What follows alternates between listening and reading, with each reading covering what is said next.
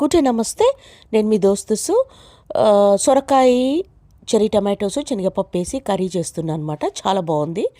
సొరకాయ కొన్ని ముక్కలు కట్ చేసుకున్న చిన్నగా, శనగపప్పు వచ్చేసేసి ఒక 2 స్పూన్స్ నానబెట్టుకున్న హాట్ వాటర్ లోపల జస్ట్ ఒక 10 మినిట్స్, ధనియాల జీలకర్ర పొడి 1 స్పూను, కొంచెం సాల్ట్, కొద్దిగా పసుపు, కొంచెం అల్లం వెల్లిగడ్డ పేస్ట్, కొద్దిగా కారం పొడి, కొద్దిగా గరం మసాలా, కొన్ని చెర్రీ టమాటోస్ తీసుకోండి, మీకు ఎట్లా కావాలో అట్లా.